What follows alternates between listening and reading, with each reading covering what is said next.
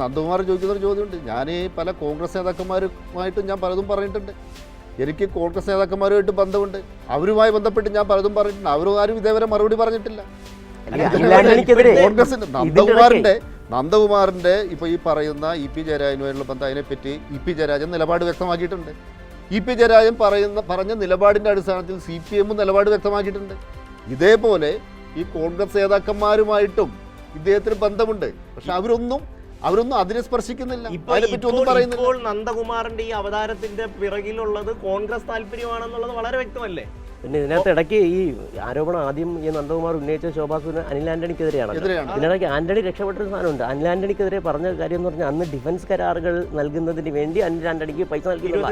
അതങ്ങനെ നിസ്സാരമായി തള്ളിക്കളയാൻ പറ്റും. ഇപ്പോൾ നേരെ മറിച്ച് ആ കാലഘട്ടത്തിൽ CPM അല്ലെങ്കിൽ CPM-ന്റെ ഒരു നേതൃത്വത്തിലായിരുന്നു ഭരണമെങ്കിൽ, ഞാൻ കേന്ദ്രം എന്നുള്ള അർത്ഥത്തിൽ ഏതെങ്കിലും തരത്തിൽ ലിങ്ക് വന്നിരുന്നെങ്കിലോ, ഇവിടെ എന്താണ് നടന്നുകൊണ്ടിരിക്കുന്നത്? പിണറായി വിജയൻ്റെ മകൾ എക്സാലോജിക് എന്ന് പറയുന്ന സോഫ്റ്റ്വെയർ കമ്പനി ഉണ്ടാക്കി ഒരു CMR-ലുമായിട്ട് കരാറുണ്ടാക്കിയതാണ് വലിയ പ്രശ്നം.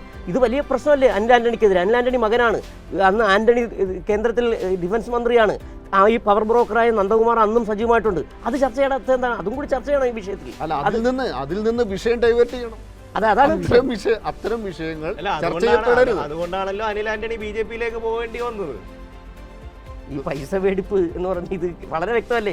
ഈ പൈസ മേടിക്കാതെ ഇലക്ട്രൽ ബോണ്ടിലൂടെ അവർ പണം മേടിക്കുന്നു, മറ്റേ വ്യവസായികളെന്ന് പണം മേടിക്കുന്നു, കരാറുകളിൽ ഏർപ്പെടുന്നതിന് പണം മേടിക്കുന്നു, ഇതണക്കെ പവർ ബ്രോക്കർമാർ ഉപയോഗിക്കുന്നു. ഇതെല്ലാം ഒരുപക്ഷെ ജനത്തിന് ബോധ്യപ്പെടുന്നുണ്ട്. ഇതൊന്നും ഏശാത്ത ഏക പാർട്ടി കേരളത്തിലെ CPM ആണെന്ന്, ഇടതുപക്ഷമാണെന്ന് കൃത്യമായി ബോധ്യപ്പെട്ടു. ഈ സംഭവം അത് തന്നെയാണ് തെളിയിച്ചത്. നന്ദകുമാറിനെ ഇ പി ജയരാജൻ അങ്ങോട്ട് വിളിച്ചല്ലേ? ഇതിനകത്ത് ഒറ്റ പ്രശ്നം എന്ന് പറഞ്ഞു കഴിഞ്ഞാൽ നന്ദകുമാർ വിളിച്ചപ്പോൾ സ്വാഭാവികമായിട്ട് ഇ പി ജയരാജൻ സംസാരിച്ചു എന്നുള്ളത് ശരിയാണ്. അതിലൊരു വീഴ്ച പറ്റി എന്നുള്ളത് പാർട്ടി നേതാവിന്റെ ഒരു ശൈലി. അതെ, തീർച്ചയായും നമ്മൾ മനസ്സിലാക്കേണ്ട ഒരു കാര്യം, ഇങ്ങനെയുള്ള ഷെയ്ഡി ക്യാരക്ടേഴ്സ് ഇനി വിളിക്കുമ്പോൾ അതൊരു കരുതൽ ഉണ്ടാകണം എന്നുള്ളത് പാർട്ടി അങ്ങനെ പറയുന്ന സമയത്ത് തന്നെ നമ്മൾ ഇ പി ജയരാജൻ എന്ന നേതാവിന്റെ ഒരു എത്രയോ കാലമായി കാണുന്നത് അദ്ദേഹത്തിന്റെ ഒരു പ്രത്യേകത, അദ്ദേഹത്തെ സമീപിക്കും. അദ്ദേഹം ഒന്നും നോക്കാതെ അതാ പറഞ്ഞത്, ആര് ചെന്ന് സമീപിച്ചാലും അദ്ദേഹം ഒരു മാനുഷികമായ വശം നോക്കിക്കൊണ്ട് ഇങ്ങനെ സഹായിക്കുന്ന ഒരാളാണ്. അതുമാത്രമല്ല, ഇതേപോലെ കോൺഗ്രസ്സുകാരനായാലും BJP-കാരനായാലും ആരായാലും ശരി ഒട്ടും സംശയിക്കാതെ ഇടപഴകുന്ന ഒരു പ്രകൃതമാണ് അദ്ദേഹത്തിനുള്ളത്.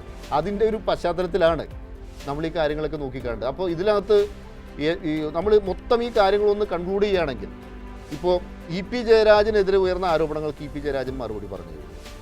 അതോടൊപ്പം തന്നെ ഇ പി ജയരാജനെതിരെ ഉയർന്ന ആരോപണങ്ങളോടുള്ള CPM-ന്റെ കൃത്യമായ നിലപാട് ഇന്നലെ MP ഗോവിന്ദൻ മാസ്റ്റർ പത്രസമ്മേളനം നടത്തി പറഞ്ഞു കഴിഞ്ഞു. പക്ഷേ ശോഭാ സുരേന്ദ്രൻ എന്ന നേതാവിനെതിരെ ഉയർന്ന ആരോപണങ്ങൾക്ക് ശോഭാ സുരേന്ദ്രൻ മറുപടി പറഞ്ഞിട്ടില്ല. ശോഭാ സുരേന്ദ്രൻ്റെ പാർട്ടിയായ BJP-യും മറുപടി പറഞ്ഞിട്ടില്ല. ആ മറുപടിക്കായാണ് ശരിക്കും പറഞ്ഞാൽ എല്ലാവരും തന്നെ കാത്തിരിക്കുന്നത്.